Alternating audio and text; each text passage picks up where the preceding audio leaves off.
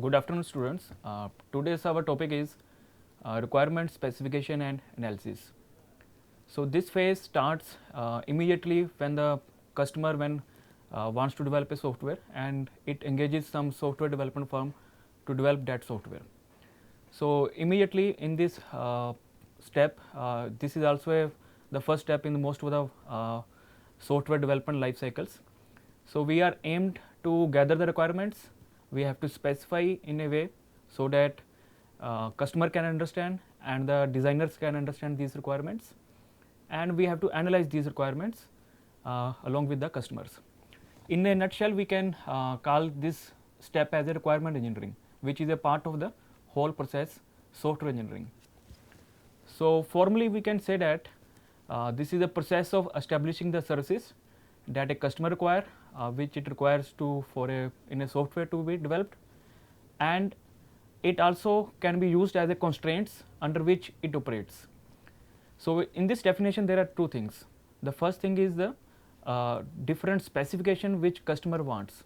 So either a customer may specify initially, and then it is a duty of the software development firm to gather and analyze these requirements, and then further the software development firm may find out the different constraints under which these specifications need to be met in a particular software.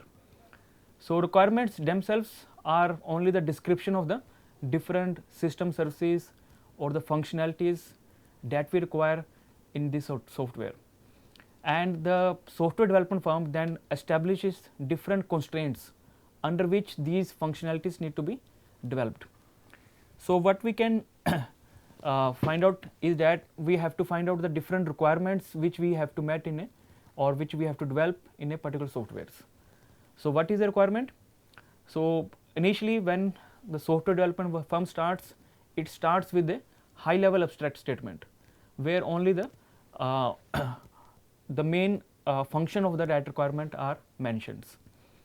So after gathering the more information, the same requirement is mentioned in a detailed form, and it can be a detailed mathematical function specification.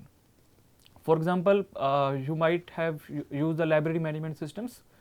So initially the librarian may ask the software development firm that it should calculate the fine of the students who return the book after the due date. So this is a high level statement.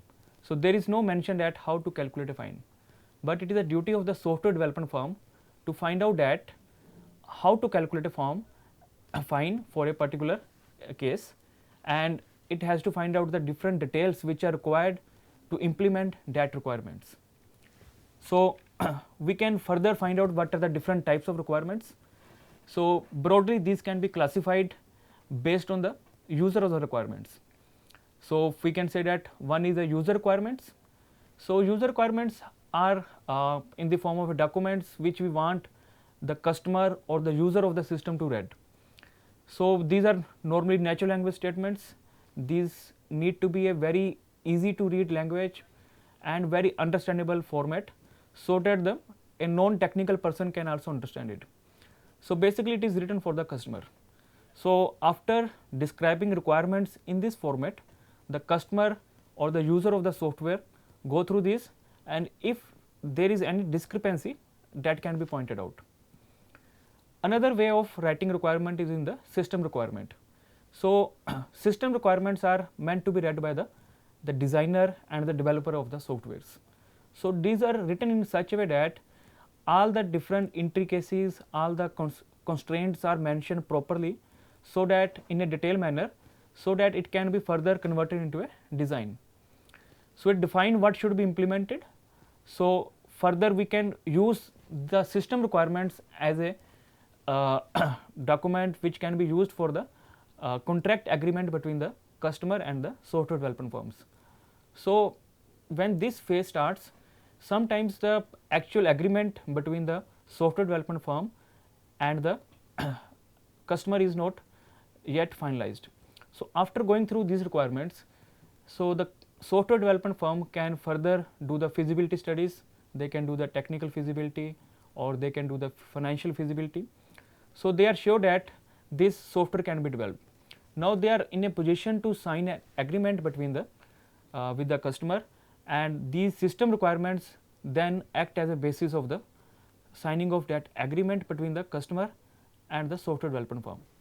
So that's why it is very essential. The customer cannot ask anything afterwards which is not mentioned in the system requirements, and the software development firm need to provide everything in the software which is mentioned in the this system requirement documents. So in a nutshell, we can say that this particular document is an agreement between customer, which customer wants from a software, and the software development firm, which it has to be provided into the in that particular softwares. Now the requirements can be categorized in the different ways. The first way is the functional requirements. So functional requirements are the actual functionalities which we want to implement in a software. So in any software, let's say if we take an example of library management system, so here functionality is to issue a book, to return a book, to search a book. So these are the broad functionalities of a softwares. So functional requirements are defined the behavior of a software. Apart from the functional requirements, so these are normally given by the customer. There are certain requirements which are non-functional requirements. So these are the constraint on these functional requirements. So these may be the timing constraints, the constraint on the development process, some standards which need to be followed. So for example, in a library management systems, if we want that the searching of a book should be performed within a 2 seconds, then this becomes a non-functional requirements. So when we say that a particular requirements, when we attach a performance with the particular requirements, so it becomes a non-functional requirements. Sometimes a user interface, the easyability of user interface, the way different commands are there, the color combinations. So these requirements are not explicitly told by the customer. So these are actually need to be understood by the software development firm. Then the third type of requirements are the domain requirements. So requirements that come from the applications. Let's say for again we take example of library management system. So if we say that the calculation of fine is different for the different members. Let's say for undergraduate students it is different, for postgraduate student it is different. Now this type of requirement is a domain requirement which is specific to that particular domain. So if we go into detail of this, the functional requirements, these describe functionalities. So these depends upon the type of a software which we want to develop, and normally it is coming from the actual users. We have to go through all the users, we have to ask them what kind of functionalities they want in a softwares. We may have to replace some existing system, it may be a manual system or some computer based system. So all these requirements come from the actual users. So these are normally the high level statements. So these are explicitly told by the customer. So customer may not termed it in a technical manners. So customer will say only in the non-technical manner in a high level statements. So it is a duty of the software development firm to explain it further in a way so that it is easy to design from these specifications. So non-functional requirements. So as I earlier told, it is a defines the system properties and constraints. So constraints, it may be the kind of IO devices we are using, the capability of those devices, the representation of a system. It may be related to the process requirement. The customer may ask the development firm that you should use a particular way of developing softwares. So as we know that there are different way of developing, like we may design it in different way, like structure design, object oriented design. Then we may deliver it in a different ways. One is incremental delivery, or we want to deliver it in full fashion. So customer may put tab on it, and that becomes a non-functional requirements. So non-functional requirements may be more critical than the functional requirements, because if these are not met, then system is useless. Suppose some quality requirements are not met, or some performance requirements are not met, then obviously the system becomes useless. So even if you have implemented a functionality, but if it is not of up to mark, then there is no use of such system. So non-functional requirements in that sense is very important. So we can further classify non-functional requirements, like we have product requirements which are related to the product, which may be the timing requirements, that execution speed, reliability, the memory requirements. So anything which is related to the performance of a product is a product requirement. Organization requirements. So each organizations, they have their internal policies, and we have to develop software keeping in mind those internal policies. So all the standards of a particular organizations or any policy requirement of an organizations are the organizational requirements. Then we have external requirements. Many times your software is not independent to be used, it has to be used with the different external entities. So it has to be used in a typical social structures where other organizations are also involved. So we have to take care of their requirements as well. How much memory is taken by your software when other softwares are being operated. So interoperability requirements. So you cannot demand that when your software is being operated, no other software can be there. So there may be some legislative requirements which may involve different stakeholder of the softwares. So these are the broad categories of the non-functional requirements. So keeping these broad categories in mind, in each categories, the actual user of the software may not explicitly give you detail of these requirements. So these requirements are very difficult to gather, and most of the times we need experienced people or the staff to gather these requirements. Then comes the domain requirements. Many times domain requirements which are for a particular application domains are missed by the requirement teams. So these again from the user end or the customer is assuming that these are very easy and everybody knows. Suppose you are developing software for some stock broker or some financial investment broker. So there are many terms which you may not understand, like the stocks, debentures, mutual funds, but for the customer these are very easy to understand. So customer may not tell you each and every details by assuming that these details are known to everybody. But from your perspective as a software development firm, these terms are not understandable to you. So you need to go through the detailed requirements from the customer, you need to ask the questions, you need to interview the customers to get these requirements out of the customers. So sometimes domain requirements may be taken as a new functional requirements, or sometimes these may act as a constraints to the earlier defined requirements. And again, if these are not met, obviously the system is not usable, it is unworkable, and it is not useful enough. Now coming to the type of documents that we have to prepare from this particular phase of a software development. So the first document is a user requirements. So it should describe both functional, non-functional, and also the domain requirements, and it should describe in a way it should be understandable to the customer. So we should not use any technical term or any technical jargon or any complexities in this document. So it is written in a way that a user can understand, that is the customer can understand. So many times we try to use a natural language, and we try to use pictorial diagrams as much as possible. So we use the tables, we use the diagrams, so that these are easily understandable by the users. So user can raise question only if user is understanding your document. So you should not write a document which is not understandable. So this is the main requirement of this document. Now comes the second type of document, which is the system requirements. So this is written for a designers. You want to explain each and everything to the designers. You do not want to hide anything from the designers.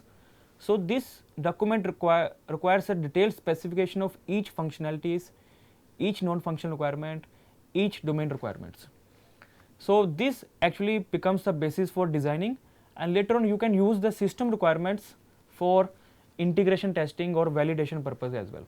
So that's why this document is very important for the rest of the software development. So again we can also sign the system contract based on this document, and so this is totally defined and illustrated, each and every detail is there. So if we compare both document, user requirements and system, user is meant for customer and easy to read using diagrams, and system requirement is meant for designers. So these two type of documents are totally different from each others, even though they actually contain the information about the same thing. Now whenever we are writing these documents, we should not use the natural language. The reason of that is there are many things which are ambiguities may be associated with the natural language. So it is very difficult to precisely define the way a particular requirements using a natural language. So there can be a ambiguous more than one meanings for a particular statements, so which may lead to the requirement confusions. So obviously the different persons, they may perceive that statement from their angle, and they may perceive it in a different fashions. So the one user may end up understanding in a different way, another user may end up in a different ways. And further, it is a tendency of human beings to express many things in a single sentence. So they may express 2 or 3 requirements in a single sentence, so which is called the requirement amalgamation. So when we are expressing more than one requirement in a single sentence, so it may lead to the ambiguity, or it may further lead to the chaos, and either the user may not understand or the customer may not understand. So the actual user and customer, if they are not able to understand the requirements, so what would happen is that they would not express their ideas, they will not validate the requirements. So we always want that they should validate whether the requirement specification document is okay or not. Similarly, the designer may misinterpret the requirements. So that's why the natural language is not preferred. So what are the alternatives? Then what should we use? So there are different ways. Either we can use a structured natural language. So here the templates are defined. So whenever a team is sent to gather the requirements, they are given a template, and in that templates they have to fill up the different form. So they have to use a limited vocabulary so that no ambiguity arises. Sometimes there is the detailed questionnaire which is already prepared and given to team, and they have to gather the requirement using that questionnaire. Similarly, another alternative is the design description languages. We can use a pseudo languages which are very much similar to the programming languages, and requirements are gathered by defining conditions in the language like if then else case, and so again but it may lead to a situation where we are writing a particular requirement which is not understandable to the customer. Then the third alternative is which is very popular, is the graphical notations. So graphical notation is we try to depict the system using some pictorial diagrams, and the notation of the diagrams are standardized.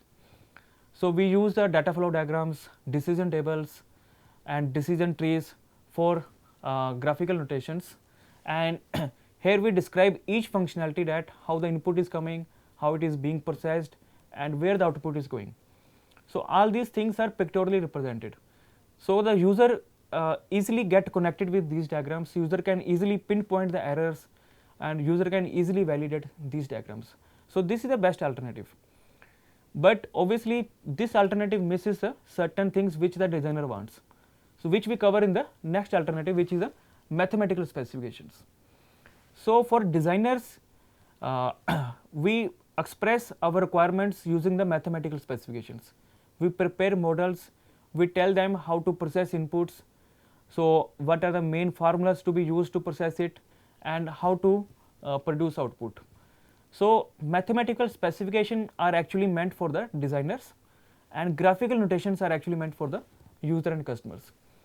So in the user requirement document we use graphical notations, and for the system requirement document we use the mathematical specifications. So these are actually different alternatives, and most widely among them is the graphical notations and the mathematical specifications. Now the different steps that we have to go through in the requirement engineering is, the first step is the requirement illustration, where we gather the requirements. Then we analyze requirement in the second step. Then we have to validate it from a user. We give the document to the user to validate it, which is a requirement validation. And then finally we manage it. We manage it, we prioritize them, we manage it in such a way that it becomes easier to develop a project in a given time. So this diagram actually shows that the different steps which we have to follow in the requirement engineering process. So first, after gathering the initial requirements, which are the high level statements, we do the feasibility study. From the feasibility study, we want to know that whether it is feasible enough for us to do this project, whether it is feasible to complete in a given time, whether it is feasible to complete using the given technology. So we prepare a feasibility report. So we move ahead only if it is feasible us to do this project. Then the second step is the requirement illustration and analysis. Here we gather the requirements, we describe each requirements, we prepare the graphical models, and we go through the functional, non-functional and domain requirements. So actually requirement gathering and fact finding happens in this particular step. Then after finding the facts, we go to the requirement specifications. Now we can always move to and fro between these two steps. That is, if during requirement specification, if we find that there is something we need to gather again, we can move back to the previous step. And if we find that after finding the requirement analysis, we have to specify in the form of user requirement and the system requirements.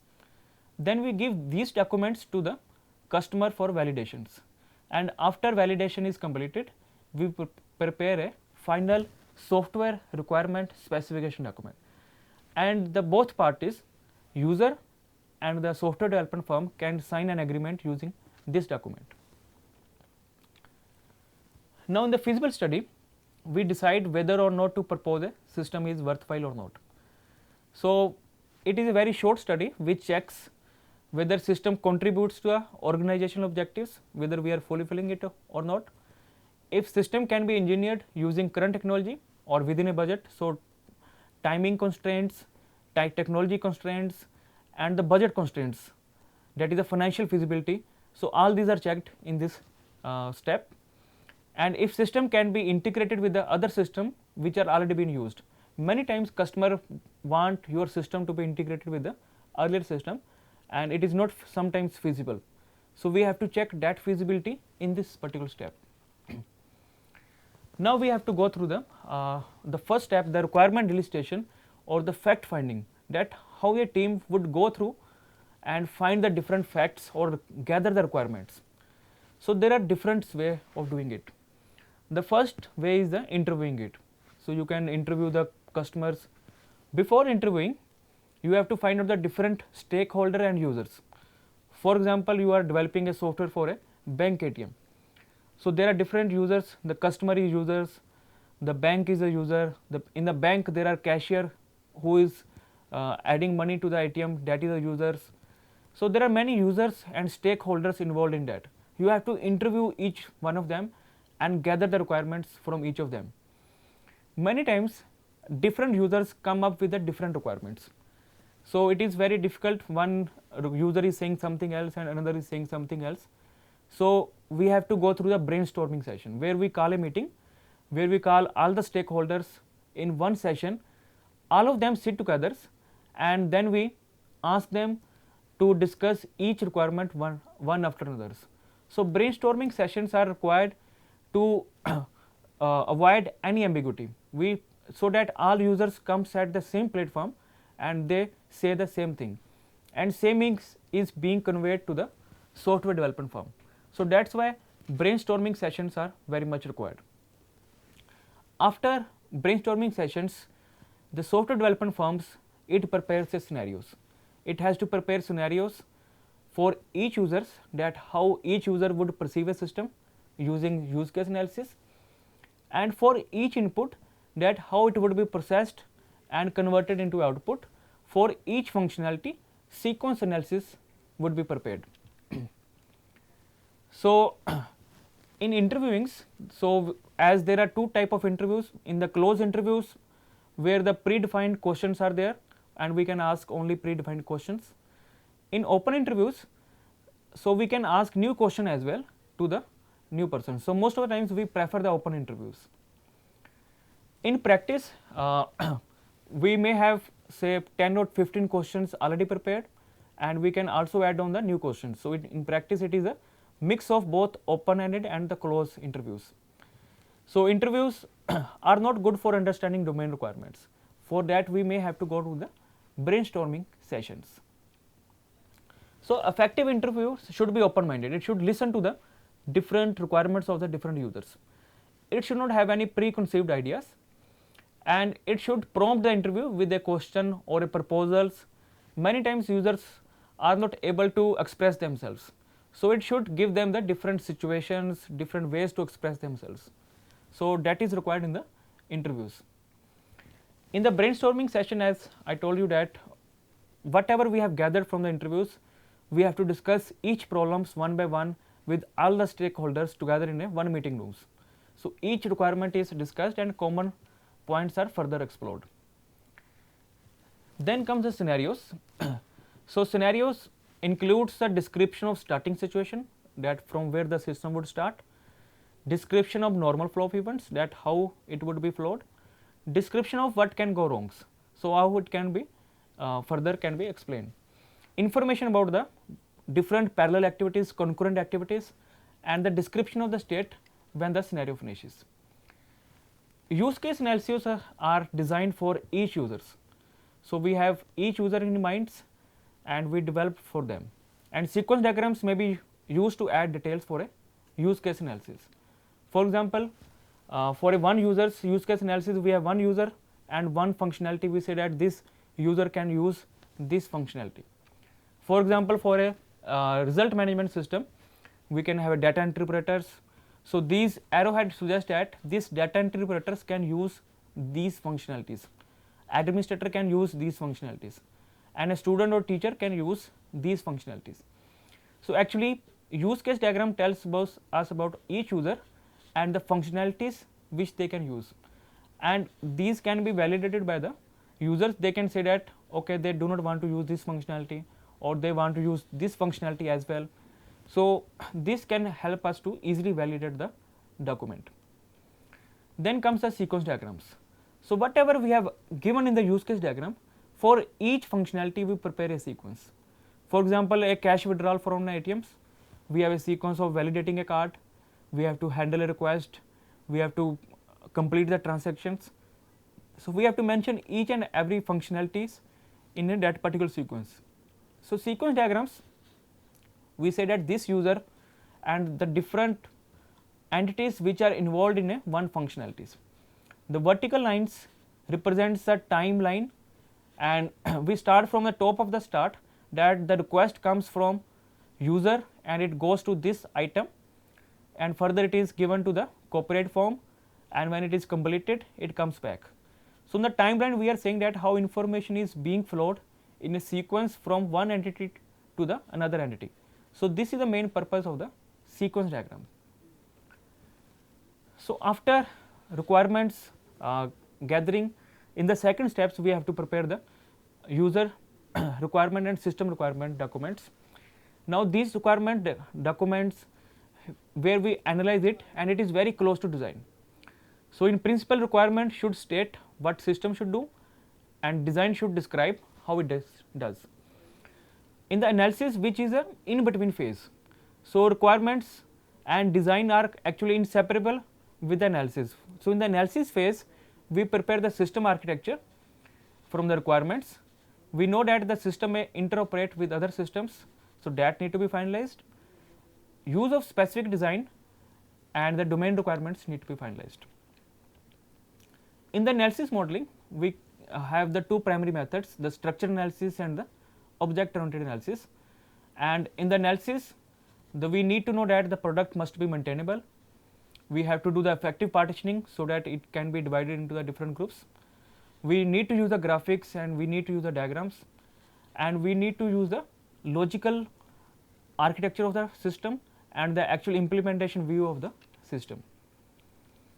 In the structure analysis, we have the different elements like what customer requires that we have already gathered. We establish the basis for creating a software design which we would give it to the software designers, and we have to define requirements both user and system that can be validated. So, in the analysis, the main rule is the model should focus on the requirements visible in the business domain. Each element should overall add the understanding to the system. The delayed consideration of infrastructure and other non-functional models